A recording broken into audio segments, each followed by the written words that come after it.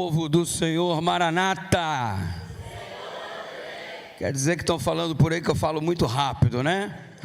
Eu escutei. Aliás, eu fico às vezes pensando, gente, eu vou matar num momento desse esse pessoal da Libra, né? Porque eu vou falando tão rápido, eles começam, parece que está lutando com o Kung Fu, né?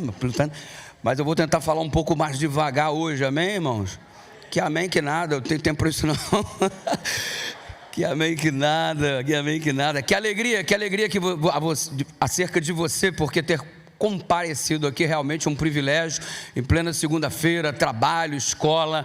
Obrigado, porque a despeito da sua correria, você chegou aqui pela graça de Deus. Obrigado. Obrigado a você também que está conectado conosco através da internet. Que alegria. Olha, eu estou recebendo assim um caminhão de mensagens. Pastor, estamos assistindo aqui, manda saudação para a gente, Só que se eu for mandar uma saudação para cada um, a gente vai acabar comprometendo ainda mais o tempo que a gente tem. Então faz o seguinte, tira uma foto aí onde você está assistindo a gente, ok? Perto da tela e tal, junto com a sua congregação. Aí na hora de postar no Instagram, me marca lá, @PRDudu, que eu terei a maior alegria de compartilhar a sua conexão conosco, ligadão aqui no culto, através da internet. E para mim vai ser uma alegria compartilhar lá no Stories o fato de você estar juntinho com a gente. E é claro que eu tenho que repetir para você não esquecer, para você decorar: para o fim nunca foi tão importante o começo. Para o fim nunca foi tão importante o começo. E quem não entende o princípio em Gênesis se perde no fim em Apocalipse. E aí, para encerrar, para que você decore e coloque isso no seu coração, porque só se prepara para o último capítulo quem compreende bem o primeiro. E é por isso que mais uma vez, nesta noite, estaremos aqui juntinhos estudando o livro do Gênesis. Já vai abrindo a palavra do Senhor aí, porque nós vamos começar a leitura lá no capítulo 2. E antes de ler o texto contigo, eu quero orar em nome do Senhor Jesus. Feche os seus olhinhos e vamos falar com o Pai Celestial. Deus querido, muito obrigado, porque mais uma reunião está acontecendo nesta semana de oração, e nós te agradecemos por isso. Muito, muito obrigado. É o reflexo da tua graça, é o reflexo da tua misericórdia em nossa vida, é o reflexo da tua bondade. Obrigado. Sustenta-nos através da tua palavra, sustenta-nos com o derramar do teu Espírito. Abençoe a vida daquele que se esforçou para chegar aqui no templo, a despeito do trânsito, de estar vindo direto do trabalho, de ter tido um dia tão cheio. Obrigado, porque o Senhor conduziu este teu filho, esta tua filha até a tua casa de oração. E obrigado porque de igual forma muitos outros estão ligados conosco através da internet, pessoas de diversos lugares do Brasil.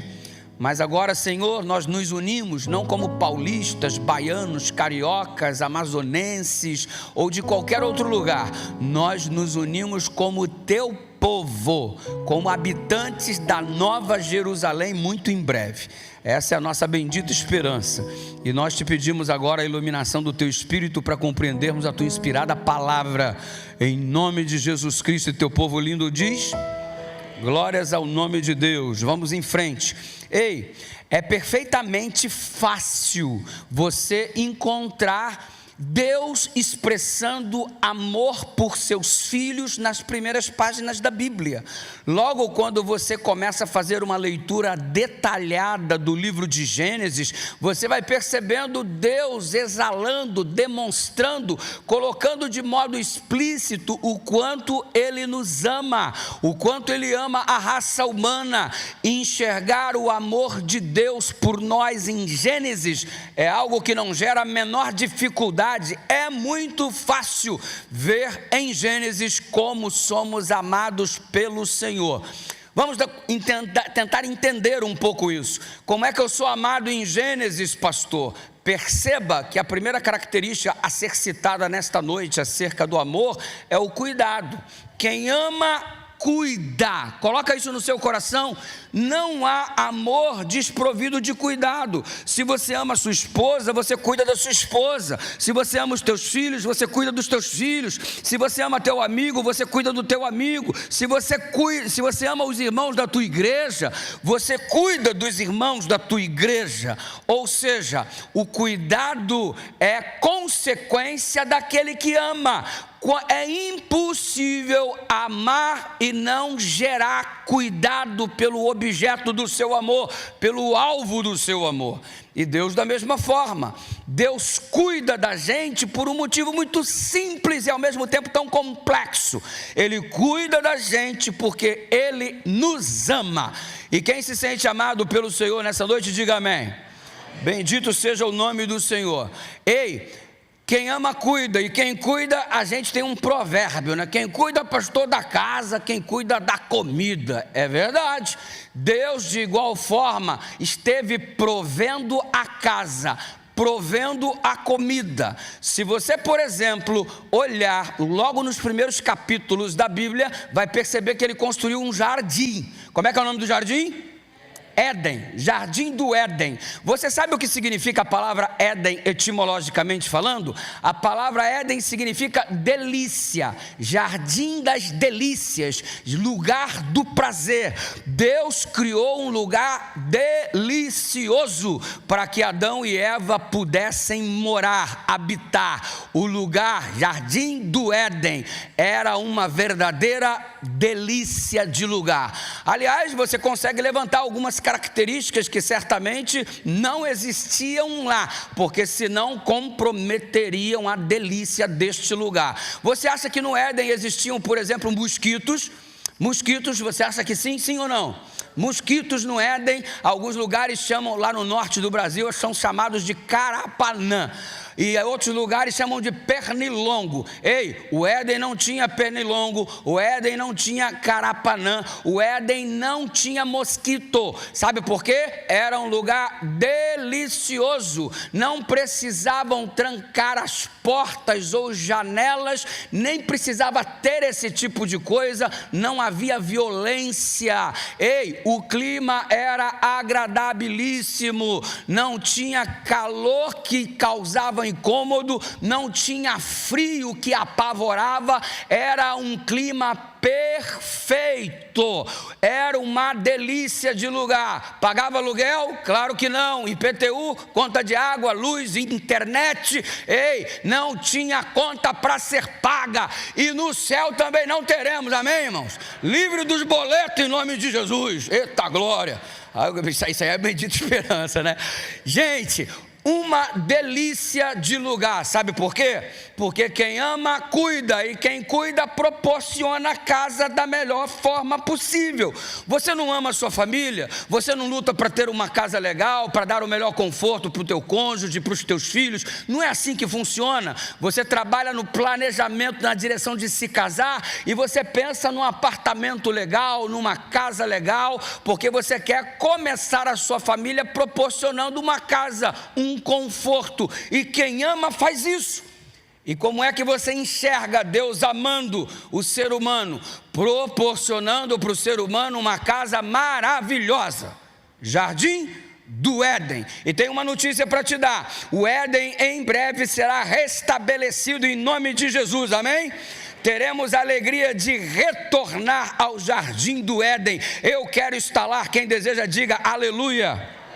Essa é a nossa esperança. Ei, o jardim do Éden, presente de Deus, lar maravilhoso. Simplesmente assim, porque quem ama cuida, quem cuida dá comida.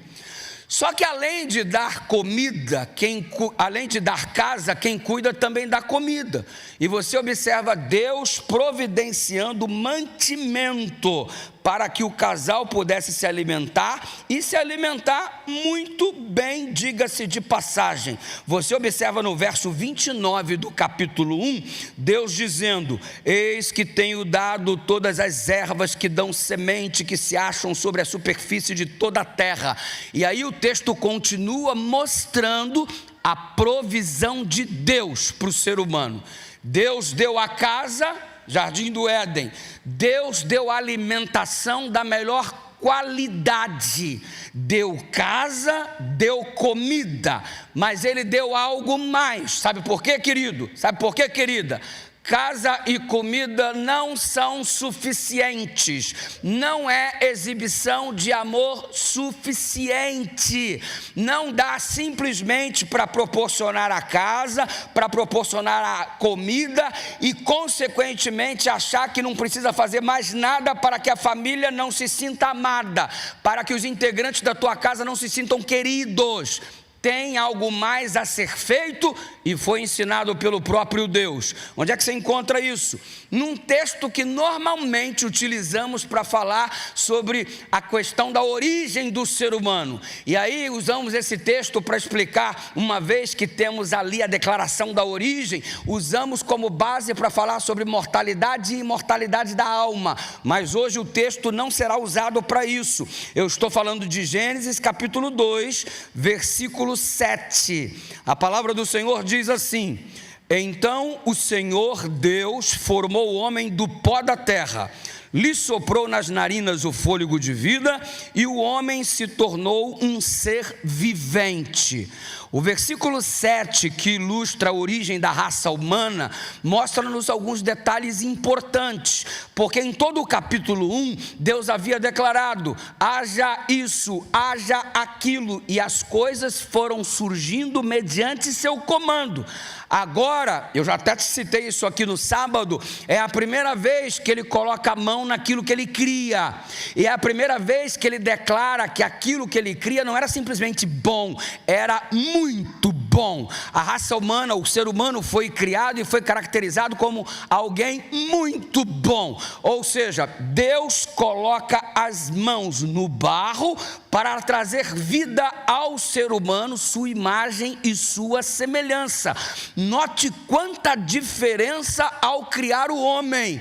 Já havia proporcionado a casa, já havia proporcionado a comida, agora que o cria com toque, com proximidade, com carinho, com afeto. É óbvio que você não consegue imaginar Deus tocando no barro com nojo, Deus tocando no barro e lamentar por aquilo que está fazendo. Óbvio que não. Ele está com todo o carinho moldando o ser humano, e ele não sopra, na minha convicção particular, de modo tão distante. Ele chega bem perto, ele sopra nas narinas o fôlego de vida, e o ser humano vem à existência, e vem à existência com um toque de carinho, com proximidade para com o Pai. Sabe por quê? Não basta a casa, não basta a comida, se não há proximidade. Você está dando casa, está dando comida, mas não tem proximidade com o cônjuge mais, não tem proximidade com os filhos. Resultado: o que adianta ter a casa, o que adianta ter a comida, se não há o toque, se não há o afago, se não há o carinho, se não há a aproximação. E põe uma coisa na sua cabeça: a pele humana que reveste o corpo possui em média 1,5 a 2 metros quadrados. É claro que no meu caso deve ter 1,5, 1,4, 1,3, você deve ter 2 metros de pele, 2 metros quadrados de pele, você é maior do que eu, mas todo mundo em média tem isso aí, entre 1,5 metro a 2 metros de pele que reveste todo o organismo. Gente, nossa pele tem milhões de fibras táteis. São veículos de comunicação. Quando nós somos tocados com afeto, quando nós somos abraçados, quando nós somos beijados, quando o organismo recebe uma mensagem de carinho, mensagens são enviadas através da medula espinhal do sistema nervoso periférico, que vai até o córtex, e aí você percebe que automaticamente a biologia já descobriu que o sistema límbico ele é ativado e começa uma produção em massa de ocitocina, que é o hormônio do amor, e a redução do cortisol, que é o hormônio do estresse. Se você é tocado com carinho, se você é abraçado, se você é beijado, o teu cortisol diminui, a tua ocitocina aumenta e o teu sistema imunológico é fortalecido. Quem é amado, quem é tocado, beijado, abraçado, tem um sistema imunológico mais forte, sabia disso? Fica doente com menos frequência. O amor gera saúde. Põe isso na sua cabeça, abraça mais os teus filhos, beija mais o teu cônjuge. Expressões, porque não basta casa, não basta comida, é preciso proximidade. Pelo amor de Deus, irmãos, vocês estão vivendo debaixo do mesmo teto como se fossem estranhos, não conversam mais, não se comunicam mais, não se aproximam mais. É gente que sai para o trabalho, não dá um beijo nos filhos, não dá um beijo no cônjuge, chega da mesma forma, está todo mundo dormindo. Não existe mais a preocupação da proximidade física. Teus filhos precisam se sentir amados, e comida e casa não são suficientes. Observa o exemplo divino para que possamos imitar o Pai. Quem ama, cuida. Quem cuida da casa, quem cuida da comida, mas quem cuida dá carinho, dá afeto, toque e afago. E Deus nos ensina isso ao tocar o ser humano, nos amando de um modo todo especial. Nós somos amados por Deus, e se isso alegra o seu coração, diga amém. Glórias ao nome do Senhor. Aí você avança um pouco mais no texto bíblico e você faz algumas descobertas ou algumas percepções bem interessantes. Você observa, por exemplo, que no capítulo 2, no verso 19, Deus dá uma missão para Adão. Adão, vem cá, filhão, deixa eu conversar contigo. Pode falar, pai. Havendo, pois, o Senhor Deus formado da terra todos os animais do campo, todas as aves do céu, trouxe-os a Adão para ver qual é o nome que lhes daria. E o nome que ele desse a todos os seres vivos, esse seria o nome deles. Quem colocou o nome nos bichos? Adão. Deixa eu te fazer uma pergunta. O Deus que criou os animais não tinha poder para colocar nome neles? Óbvio que sim. E se Deus escolhesse o nome dos animais, certamente seriam nomes melhores do que aqueles que Adão colocou. Eu penso assim. É óbvio que Deus faria melhor do que Adão fez. É óbvio que Deus faz as coisas melhor do que nós fazemos. Nós somos imperfeitos. E mesmo Adão em sua perfeição, Deus era infinitamente superior. É infinitamente superior. E poderia ter colocado nomes melhores do que o Adão colocou. Mas o Adão saiu escolhendo. Ele viu um bicho de lista preta, lista branca, lista preta, lista branca, lista preta, lista branca. Zebra, zebra, zebra, zebra. Um outro pulava de um galho para o outro, de um galho para o outro. Macaco, macaco, macaco, macaco. Ele chamou o outro quadrúpede que pastava, vem cá, vem cá, vem cá. E o bicho não atendia, o bicho não compreendia, o bicho, burro, burro, burro, vai ser burro. E quando no final do dia Deus comparece, e aí Adão, cumpriu a missão, coloquei o nome de todo mundo, aquele que pula de um lado para o outro, macaco, lista preta, lista branca, zebra, aquele lá não entende o que eu falo, burro, burro, burro, teimoso, teimoso, teimoso. Percebeu que o nome que Adão colocou foi este que ficou? Não houve da parte de Deus uma crítica. Burro, Adão, burro, esse é nome, Adão. Adão, macaco, fica fazendo macaquice. Adão, zebra, você não tinha um nome. Não, não tem isso. O nome que Adão coloca, Deus respeita. Sabe por quê? Porque essa é uma característica de quem ama. Quem ama, respeita. Como é que você abre o teu bocão para dizer que ama tanto e não tem um pingo de respeito pelas pessoas, não tem respeito pelos mais velhos, não tem respeito por ninguém que se aproxima de você, especialmente que tem uma opinião divergente da tua? O cara não concordou com você, acabou o respeito. Você gosta muito de azul, se ele falar amarelo, pronto, você vem com 4, 5 pedras contra a pessoa, só porque a pessoa não pensa como você pensa. Ei, a gente tem que entender que o amor gera respeito, e respeito tem que existir, mesmo se o indivíduo não concorda comigo. pelo fato da pessoa não concordar com minha opinião ou com o meu posicionamento, não lhe dá o direito de me agredir, não lhe dá o direito de me tratar mal. E a gente está neste momento numa sociedade muito esquisita. Sabe por quê? Qualquer um que emite sua opinião em particular é alvo de apedrejamento. E descobriram o local do apedrejamento: internet. E apedrejam com força. Você não ouviu falar que as pessoas podem ter sua própria opinião? E quando o indivíduo coloca alguma coisa, ele não está perguntando nada para você não, meu filho. Ninguém está perguntando qual é a sua opinião não, mas você faz questão de ser o especialista do assunto, de discordar e de ofender. Você pode discordar, mas isso não te dá o direito de ofender, irmão. E eu lembro muito bem quando a gente teve que lidar com tantas dificuldades, e até hoje tem que lidar com esse nível de dificuldade entre irmãos que não se falam, porque um é bolsonarista e o outro é petista, mano. Um é esquerda e outro é direita. Famílias inteiras que não conversam e são servos de Deus. Aí eu fico pensando, se você é de direita, eu não tenho que respeitar a sua opinião. Se você é de esquerda, mesmo que eu não concorde, eu não tenho que respeitar a sua opinião. Eu não amo você, eu não sou teu irmão em Cristo. Se você diz que o branco é a melhor cor e eu não concordo que seja a melhor cor, eu, por causa disso, tenho que vir com 4 ou 5 pedras contra você.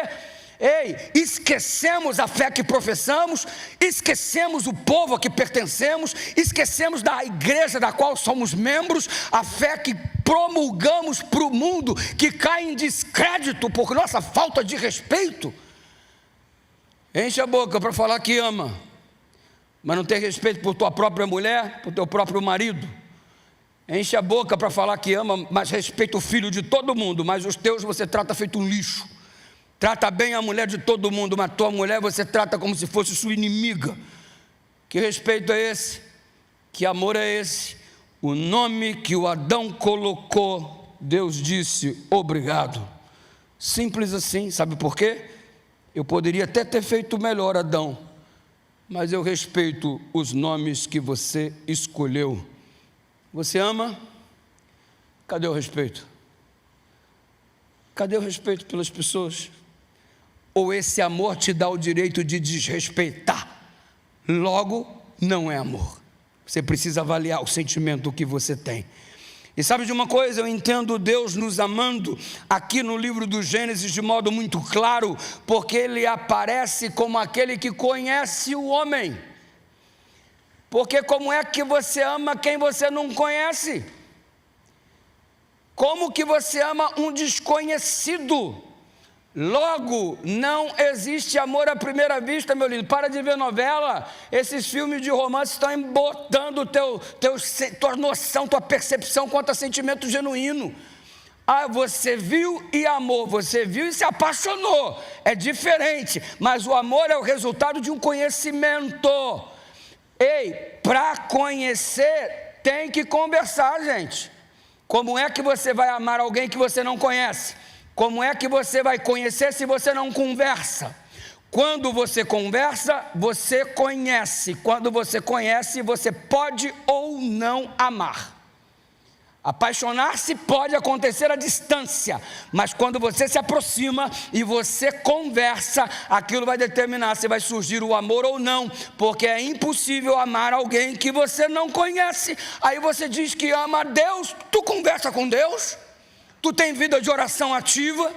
Porque como é que você diz que ama a Deus e não tem o desenvolvimento de uma vida de oração? Que amor é esse que você ama tanto alguém e não conversa com esse alguém? Tu ama teus pais e não fala com teus pais? É sério isso? Tu ama o teu cônjuge, mas você está tantos dias brigado sem falar? Estranho.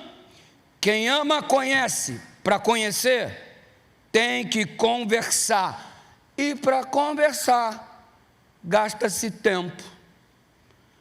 Quanto tempo tu gasta para conversar com Deus, para conhecer a Deus?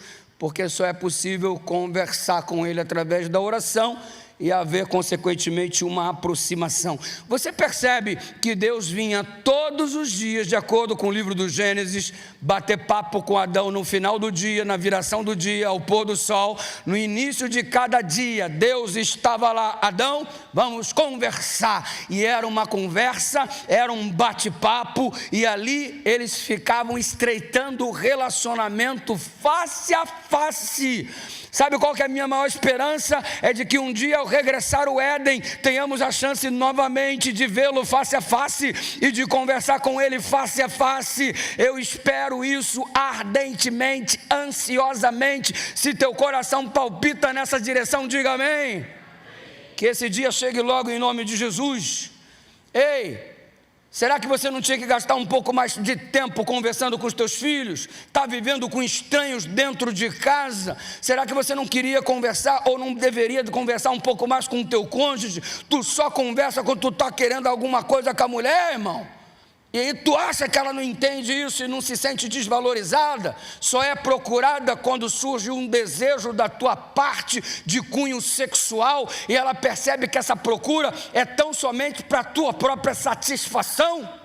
Um ato egoísta que joga o evangelho na lata do lixo e a perspectiva divina quanto ao casamento. Note que Deus procura Adão, Deus conversa com Adão, e isso é alguma coisa que acontece naturalmente todos os dias. Todos os dias você consegue conversar, estabelecer vínculos com os teus filhos, com tua esposa, uma conversa de qualidade, ainda que não exista com tanto tempo. Sabe qual que é o nosso problema? A gente conversa demais aqui, toca demais isso aqui. Já imaginou se tivéssemos um contato com os nossos filhos e o nosso cônjuge tal qual temos com as redes sociais? Que importância eles notariam que possuem para nós? Já parou para imaginar isso? E sabe de uma coisa? A gente não toma percepção dessas coisas simples que fazem grande diferença. A estimativa de vida gira em torno de 75 anos. Em média, nós, os brasileiros, vivemos 75 anos. Se você dormir 8 horas por dia, que é o que o pessoal recomenda, significa que 1/3 da sua vida, igual a 1/3 do seu dia, você dorme. Se você vive 75 anos, você dormiu 25 anos. Aí você vai trabalhar e estudar, e isso vai se somar a mais 1/3 da sua vida. Ou seja, 1/3 você passa dormindo 25 anos, 1/3 mais 25 anos você passa trabalhando e estudando, sobra 25 anos para você viver de verdade. Nestes 25 anos que sobraram para você viver de verdade, os especialistas em relacionamentos fizeram o cálculo e chegaram à seguinte conclusão: dos 25 anos que você vive de verdade, 5 anos apenas é ao lado do cônjuge, e 3 anos apenas é ao lado dos filhos. Você vai viver 75 anos, dos 75 anos, somando todo o tempo que você vai passar com seus filhos, 3 anos. Todo o tempo que você vai passar com a tua mulher, 5 anos, é o cálculo em média que eles fazem. É sério que a gente só tem 5 anos com o nosso cônjuge, 3 anos com os nossos filhos, e estamos jogando o nosso tempo na lata do lixo? É sério que a gente toca mais no celular do que nas nossas crianças, que a gente mexe mais no controle remoto da televisão do que no cabelo da esposa, sem abraçar, sem beijar? É sério? Será que a gente não tem que rever as nossas prioridades? Eu quero que você considere comigo o que está agora no capítulo 2, no livro de Gênesis, no versículo 16 até o 18. Você já percebeu o quanto Deus te ama, porque Ele cuida de você, Ele te dá casa, Ele te dá comida, Ele te dá toque, afeto, afago, proximidade, intimidade, uma intimidade tão grande que você pode declarar: não sou eu mais quem vivo, Cristo vive em mim. Ei, Ele te ama porque Ele respeita a sua opinião. Se você aceitá-lo como Deus, Ele fica feliz. Se você não aceitá-lo, Ele vai ficar triste, mas vai respeitar e nunca vai invadir teu coração como o diabo faz. Porque se tu disser: não quero você, Satanás, ele vai meter o pé na tua porta e vai invadir tua casa para destruir a tua vida do mesmo jeito, porque ele não respeita você. E Deus respeita. Ele está à porta e bate. Se você abrir, ele entra. Se você não abrir, ele fica do lado de fora, mesmo sendo ele quem é. Respeito. Ele conhece você melhor do que ninguém. Falta você e eu nós conhecermos a Ele de um modo mais íntimo, mais intenso. Avançando agora para o capítulo 2, do versículo 16 ao 18, você percebe um ato proibitivo da parte de Deus para o ser humano. O versículo 16 em diante diz que ordenou o Senhor ao homem, dizendo: de toda árvore do jardim comerás livremente, mas da árvore do conhecimento do bem e do mal não comerás dela, porque no dia que dela comerdes, certamente morrerás. E disse o Senhor Deus: não é bom que o homem esteja só, falei uma adjuntora que lhe seja adequada. Deus estabelece limites, Deus estabelece regras no jardim do Éden, perfeito, mas com regras, organizado com regras. E sabe de uma coisa?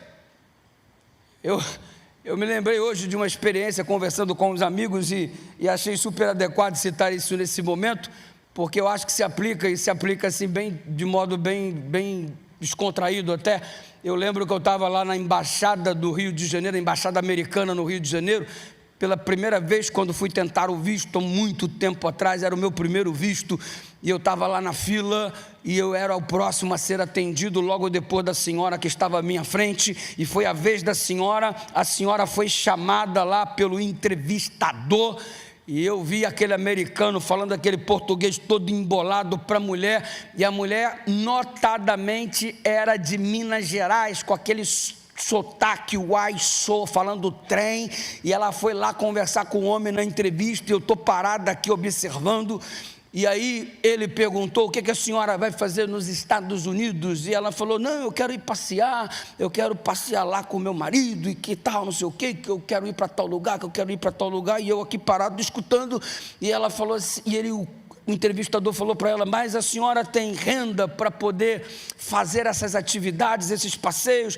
Não, eu tenho sim. Tá, mas qual é a sua fonte de renda? A senhora trabalha? Não, eu não trabalho, mas o meu marido tem um Topa Tudo. Topa Tudo é um estabelecimento comercial de coisas usadas em Minas Gerais. Tudo quanto é coisa usada você leva para lá, e você vai para lá negociar as coisas usadas, e normalmente o negociante topa tudo. E o nome do estabelecimento é Topa Tudo, e tem Topa Tudo espalhado por um montão de lugares no estado de Minas Gerais. Se você está precisando de um móvel barato, vai no Topa Tudo. Se você está precisando de uma coisa barata, vai no Topa Tudo. Lá eles topam tudo.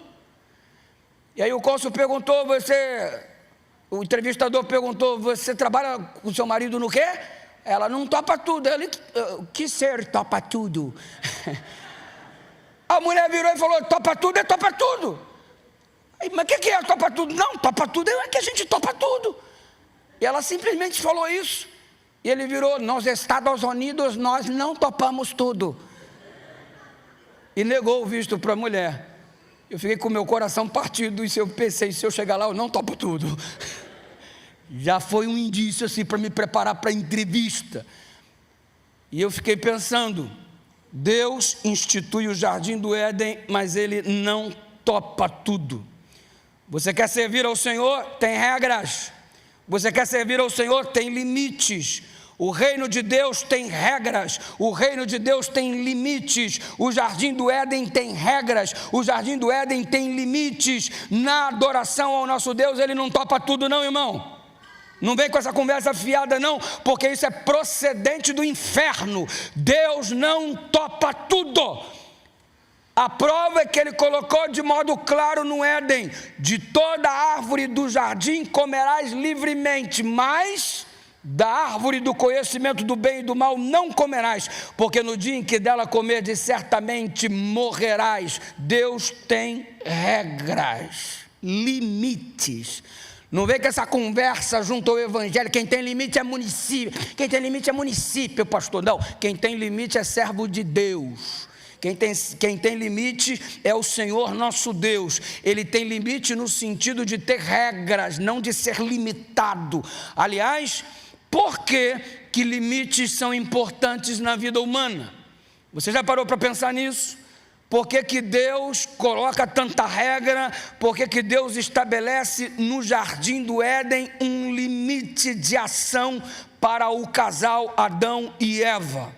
Porque no Éden o homem era livre para comer de tudo, de todas as árvores, exceto aquela. Sabe por quê? A verdadeira liberdade só existe dentro de limites.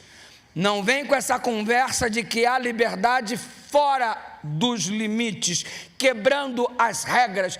Eu sou livre para quebrar as regras. Liberdade é quebrar regras. Cuidado, esse é um conceito do inferno. Quando tudo é permitido sem restrição, a liberdade se transforma em caos e em autodestruição. Você saiu mundo afora se afundando no pecado em nome de uma liberdade.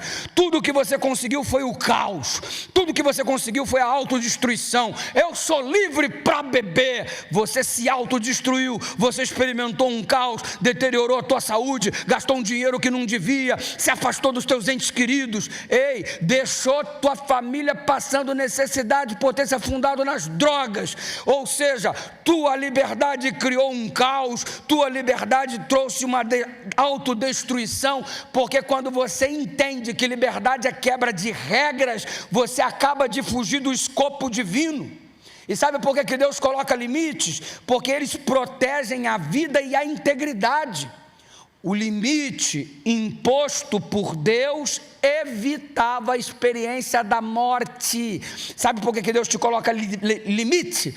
Para você não morrer, para você não sofrer. Olha o resultado da transgressão, olha o mundo que a gente está vivendo. Isso mostra que limites protegem. Nós somos protegidos fisicamente, emocionalmente e espiritualmente quando respeitamos os limites do Pai. O Pai repreende aquele a quem ama, assim como o pai ao filho a quem quer bem. Deus repreende aquele a quem ama, assim como o pai ao filho a quem quer bem. Todo não de Deus é um sim para a nossa felicidade. E você acha que Deus é arbitrário, que Deus não quer te dar liberdade? Ele só quer que você não se machuque. O limite precisa existir, porque ele ensina obediência e confiança, desenvolve fé, humildade e confiança naquele que colocou os limites. Às vezes você tem que obedecer sem entender porque está obedecendo. Adão não sabia por que conhecimento é esse do bem e do mal. Ele teria que desenvolver através deste limite um estágio de confiança, porque mesmo sem saber explicar o que era o bem e o que era o mal, ele estaria confiando do mesmo jeito. Percebe que o limite, ainda que você não tenha explicação, você precisa aprender a confiar e ser humilde para se submeter a esse limite. O limite coloca um processo de desenvolvimento de autocontrole, de paciência e de sabedoria. Quando aprendemos a viver com as restrições que Deus nos coloca. E olha, o Éden era perfeito, não porque tudo era permitido. Não tem perfeição onde tudo é permitido. Não é perfeito o teu relacionamento onde tudo é permitido. Não é perfeita a educação dos teus filhos onde tudo é permitido. Você permite tudo, está criando monstros para bater em você quando crescerem. Você está permitindo tudo no teu relacionamento, inclusive jogando o teu respeito próprio na lata do lixo. O limite da árvore era o lembrete diário de que o homem não era autossuficiente, dependia de Deus. O limite é para a gente entender que nós dependemos dele, que nós não somos autossuficientes. O limite criava uma estrutura ao relacionamento. O Criador permanecia soberano. Mesmo em um mundo perfeito, ele era soberano por causa dos limites que caracterizavam esse estado de relacionamento. O que você está fazendo com os limites que Deus te deu? Está extrapolando todos eles em nome de uma liberdade, se transformando num verdadeiro escravo? Isso é vida? viver distante dos princípios da palavra de Deus, viver distante dos limites. Não há quem tenha ultrapassado o limite do Gênesis ao Apocalipse e tenha sido bem sucedido.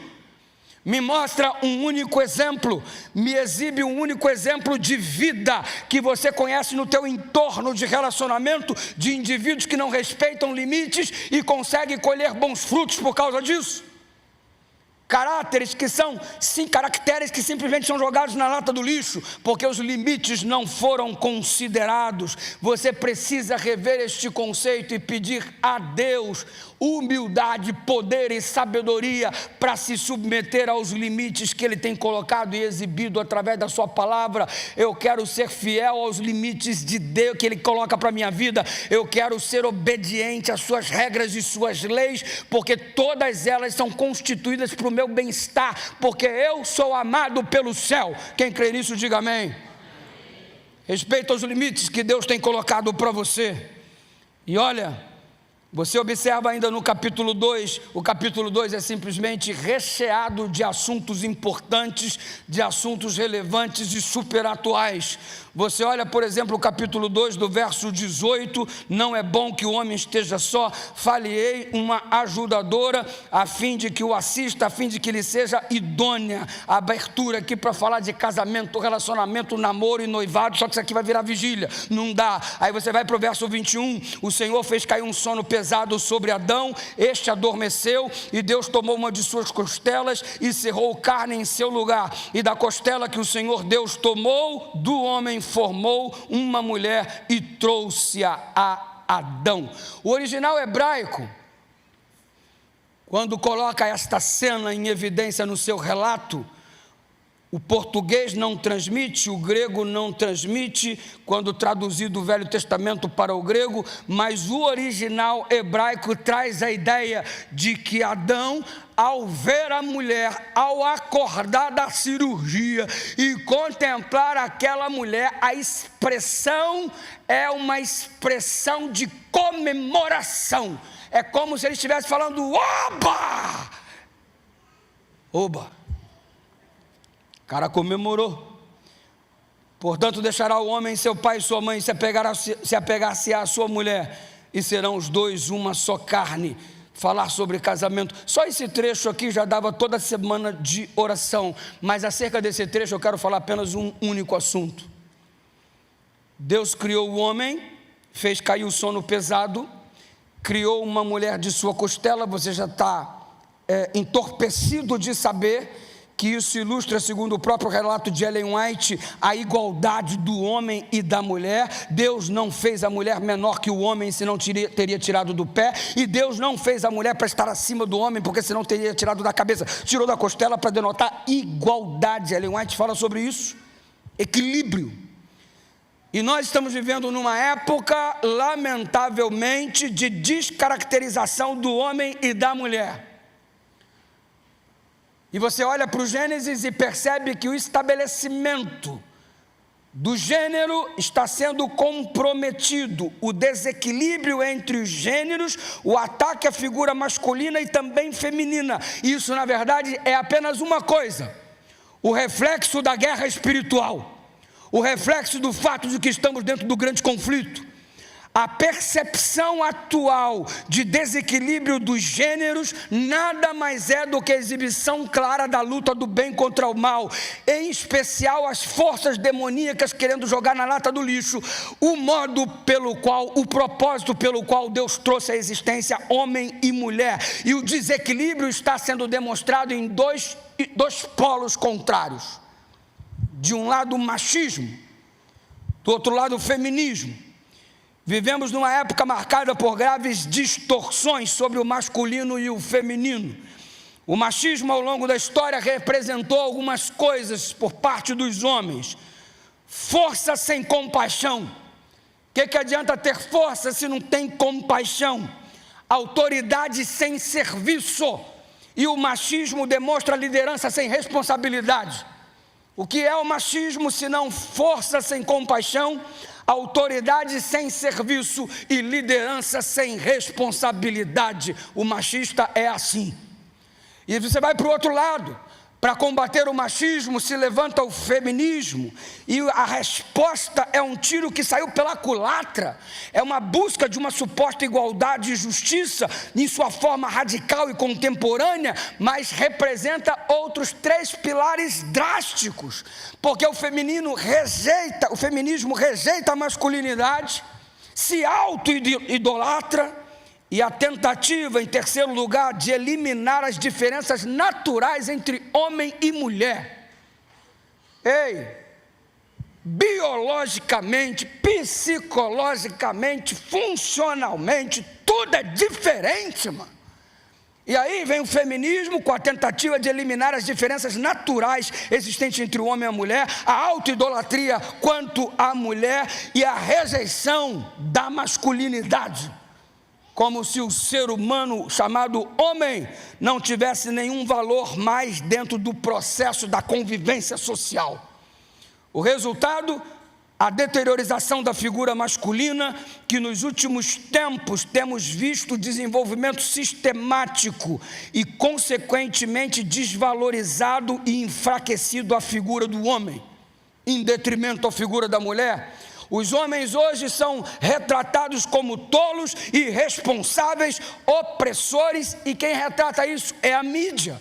Você vai à mídia, você acessa sites, você observa, os homens são retratados, são os tolos, os irresponsáveis e os opressores. A paternidade já foi deslegitimada, algo ultrapassado ou irrelevante. A masculinidade tradicional confundida com violência ou machismo. Ser homem de verdade não tem nada a ver com machismo. Ser homem de verdade não tem nada a ver com ser violento. Ser homem de verdade tem a ver com ser a imagem e semelhança de Deus. Ser mulher de verdade não tem nada a ver com feminismo. Ser mulher de verdade é ser a parte reservada para refletir a imagem e semelhança de Deus no Gênesis.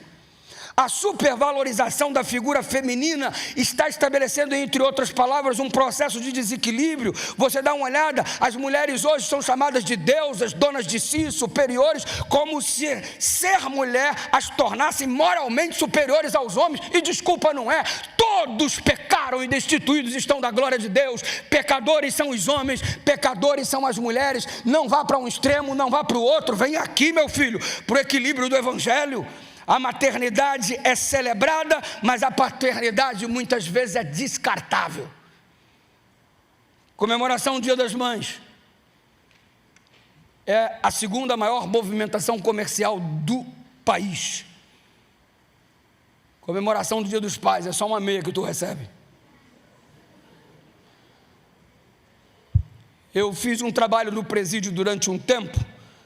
Quando eu estava em Belo Horizonte, eu estabeleci a conversa com diversos presos, dei estudo bíblico, fiz pregação lá dentro durante cerca de 6 a 8 meses. Tive algumas experiências significativas, mas eu me recordo muito bem um dia que eu tive uma conversa. Pastor, aqui dentro tem respeito, me disse o preso. Aqui ninguém ofende ninguém não. Aliás, aqui a gente pode chamar o outro do que quiser, só não pode ofender a mãe, que se ofender a mãe dá morte. Qual o maior crime dentro de uma prisão? O preso me disse, se alguém falar mal da minha mãe, ou eu falar mal da mãe de alguém, aí acabou a vida dentro do presídio. Mãe é sagrado, pai não é? Pai não é? Reparou que o pai é apenas um ser apresentado, está uma interação, óbvio, existente no processo da gestação e tem que existir. O bebê reconhece a voz da mãe, o bebê reconhece o cheiro da mãe, o bebê reconhece tudo da mãe, e quando ele sai daquela conexão, o pai é apenas apresentado. Você é teu pai, ó. Você é teu pai. Esse desequilíbrio não empodera ninguém, irmão. Esse desequilíbrio apenas desloca a centralidade da verdade para o culto ao eu. Deus não fez a mulher para ser maior do que o homem, nem o homem maior do que a mulher. São emparelhados. Por que esta luta que estamos travando? Se você tem a percepção bíblica, você já entendeu que tudo se trata de desfigurar a imagem de Deus. É o cenário claro do grande conflito. E eu vou até dar uma pulada aqui num trecho que tem, porque senão vai virar vigília. E eu quero chegar a você no estado do verso 25. E ambos estavam nus, o homem e sua mulher, e não se envergonhavam. Quando é que eles passaram a ter roupa? Após o pecado. Então temos uma questão: as roupas vieram para esconder os pecadores que eles se tornaram, ou para mostrar a pureza que perderam? As roupas vieram para mostrar a glória que perderam. Por que agora eles foram vestidos? Para ficar claro que a glória que envolvia os corpos de Adão e Eva, que agora não existe mais esta glória que envolvia o corpo, segundo Ellen White. As roupas eram para mostrar a glória que eles perderam. Se eles permanecessem nus, tendo perdido a glória, em outras palavras, estariam dizendo: nós não perdemos nada. As roupas é para exibir a glória que perderam. Se eles não usassem, era como se estivessem dizendo: não perdemos nada. Eles poderiam dizer: nós ganhamos ao tomar a atitude errada, porque continuamos nus mesmo sem a glória. Eles eram envoltos pela glória de Deus, Ellen White comenta. E aí Deus faz roupas para mostrar o que seremos por meio de Cristo. As roupas são peles do Cordeiro, ou seja, a justiça de Cristo sendo imputada para trazer a eles a esperança de que um dia a glória perdida será restaurada por intermédio do sacrifício do Cordeiro. Roupas para testemunhar o fracasso presente, mas a glória futura. Este era o significado das roupas que eles receberam, para mostrar claramente o fracasso presente, mas a esperança de uma glória futura. Roupas pelo Cordeiro. O Cordeiro mostra, através do seu sacrifício, o fracasso da raça humana no presente por conta do pecado, mas também mostra a grande esperança que temos baseada no futuro, aonde o Cordeiro virá nas nuvens do céu com poder e grande glória, e desta vez como leão da tribo de Judá. Respeita os limites de Deus, você é amado por Ele. Você conseguiu enxergar isso em Gênesis? Eu encerro a minha fala nesta noite te contando a história de uma experiência que tive quando eu era pastor distrital, e foi meu segundo distrito no ministério. Eu estava num sábado de manhã pregando, a igreja estava cheia, sede do meu distrito, era uma igreja de aproximadamente 400 membros, e eu estava aqui no púlpito pregando naquele sábado, quando a porta se abriu, e um jovem adentrou e chamou a atenção de todos, porque tratava-se de alguém que há 10 anos não estava mais vindo à igreja. Aquilo gerou uma certa comoção. Ele se assentou lá no último banco, eu não sabia quem era, eu era novo ali, havia assumido o distrito recentemente. Pregando estava, pregando continuei. Enquanto eu pregava, ele chorava muito. Enquanto eu pregava, alguns tentavam abraçá-lo, consolá-lo de alguma forma. Eu continuei pregando, terminei a mensagem, fui até a porta cumprimentar os irmãos, e veio aquele homem chorando, um jovem de aproximadamente 27 anos de idade, e ele me perguntou: pastor, eu posso conversar com o senhor um pouco? A porta da igreja, logo assim ao lado, tinha o gabinete pastoral, a sala pastoral. Eu conduzi a sala pastoral, e ele continuava chorando. Eu perguntei para ele: filho, qual que é o seu nome? Ele falou: Elias, pastor. Eu: Elias, o que está acontecendo? Pastor, é a primeira vez que eu ponho os pés na igreja depois de 10 anos afastados. E eu vim aqui porque eu recebi ontem este diagnóstico. Ele puxou do bolso o exame e me entregou. E eu abri e li o laudo do exame. Elias estava com AIDS. Eu falei, me conta como foi isso, Elias. Pastor,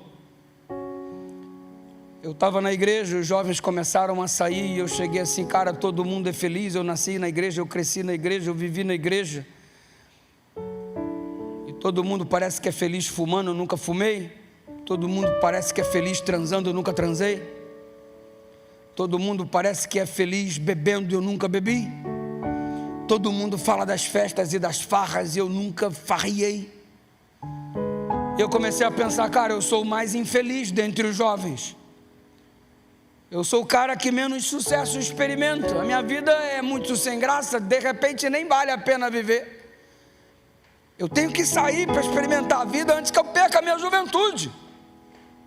E foi isso que eu fiz, pastor. Com 17 anos de idade saí da igreja. Nunca tinha bebido, bebi. Nunca tinha fumado, fumei. Nunca tinha feito sexo. E comecei a frequentar os prostíbulos aqui dessa cidade. Pastor, eu me acabei. E a prova de que eu acabei de chegar no fundo do poço é essa que está nas suas mãos. Eu agora sou portador do HIV. E pastor,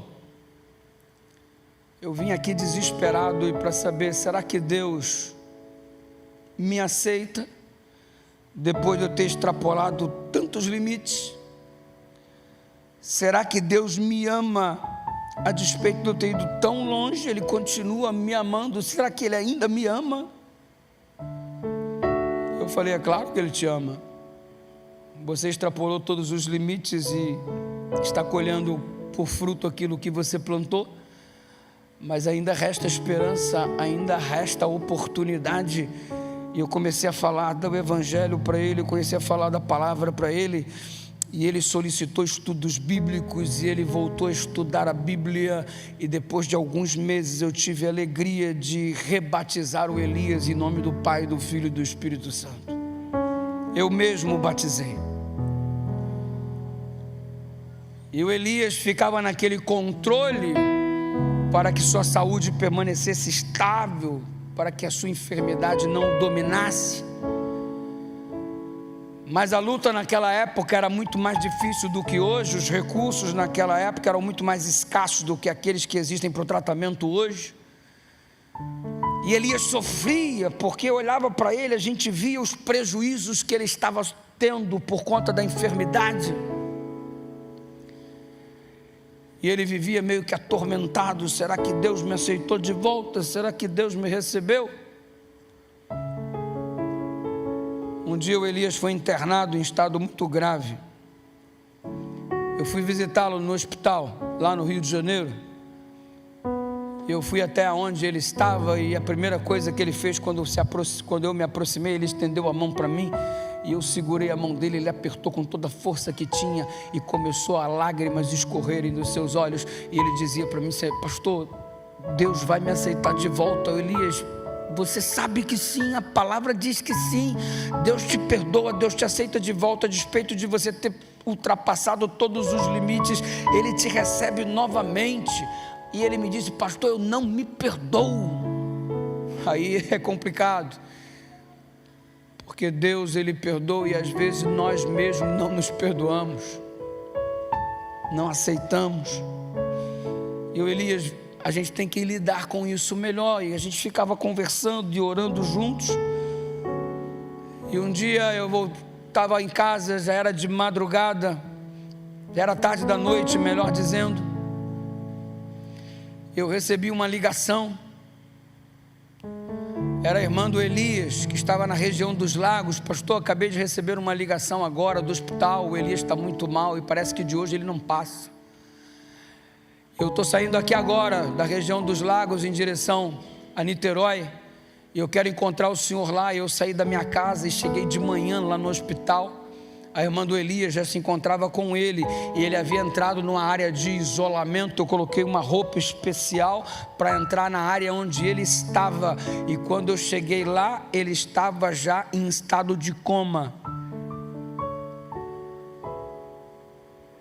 A irmã dele, na noite anterior, quando me ligou e estava para se dirigir ao hospital, ela teve um sonho, e no sonho Deus disse para ela: corra e leia para o Elias: se meu povo que se chama pelo meu nome se humilhar e orar.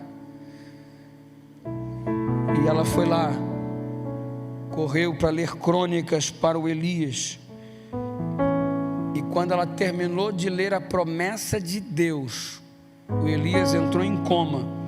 Só que o que eu achei estranho é que o Elias entrou em coma sorrindo. Eu nunca vi alguém em coma com os lábios em formato de sorriso. Poucas horas depois o Elias morreu. Eu fiz o funeral dele. O corpo dele estava à minha frente, e o corpo era um corpo cuja face esboçava um sorriso. Eu conversei bastante com a irmã dele: pastor, depois que eu li a promessa de Deus que ele está perdoado, apesar de ter ido tão longe, ele sorriu, e do jeito que ele sorriu foi do jeito que ele perdeu a vida. Eu fiz o funeral de alguém que esboçava um sorriso, e eu não tenho a menor dúvida, um sorriso de alguém que, mesmo tendo ultrapassado os limites, obteve o perdão porque é amado pelos céus. Deus não deixou de amar você porque você ultrapassou teus limites. Deus não deixou de amar você porque você foi longe demais em nome de uma suposta felicidade ou liberdade. Ele continua amando você do mesmo jeito, mas Ele está te convidando a retornar aos limites que Ele colocou para que você pudesse ter qualidade de vida. Eu quero nesta noite me submeter aos limites do Senhor. Eu quero que Ele cuide de mim. Eu quero que Ele continue mostrando o caminho, que embora estreito é o único que conduz à vida eterna. Eu quero que haja um sorriso na minha face pelo fato de ter sido aceito de volta.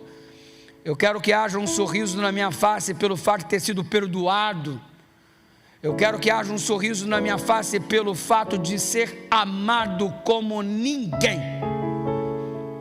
Porque é isso que somos, amados, perdoados. Somos recebidos novamente pela graça do Pai. E é por isso que Ele está te colocando em conexão com essa igreja, em conexão com esta mensagem. É por isso que Ele te trouxe aqui nesta noite, fez com que você estivesse linkado conosco, para dizer o quanto você é amado, e não importa quantos limites você tenha ultrapassado, dá para obter o perdão, a reconciliação e a plenitude do amor de Deus em nome de Jesus. Ele te chama hoje, Ele te convida hoje a viver esta plenitude. É por isso que a Cíntia vai cantar essa música tão especial.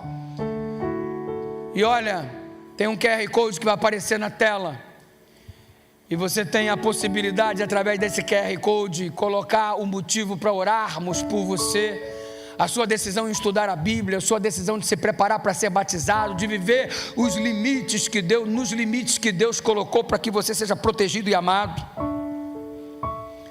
Só não faz o encerramento deste culto sem tomar a sua decisão, sem se posicionar. Não passa por aquela porta sem o teu nome confirmado no livro da vida. Submeta-se aos limites que o Senhor tem colocado, eles são para a tua segurança, para o desenvolvimento saudável da sua vida. Entrega teu caminho ao Senhor, confia nele, que o mais Ele fará. E se você nesta noite quer agradecer o quanto Deus te ama, se você nesta noite quer agradecer a oportunidade que Ele está te dando e aproveitar essa oportunidade e dizer: Senhor, eu quero viver sob teus limites, sob tua lei, sob tua jurisdição, sob tua orientação.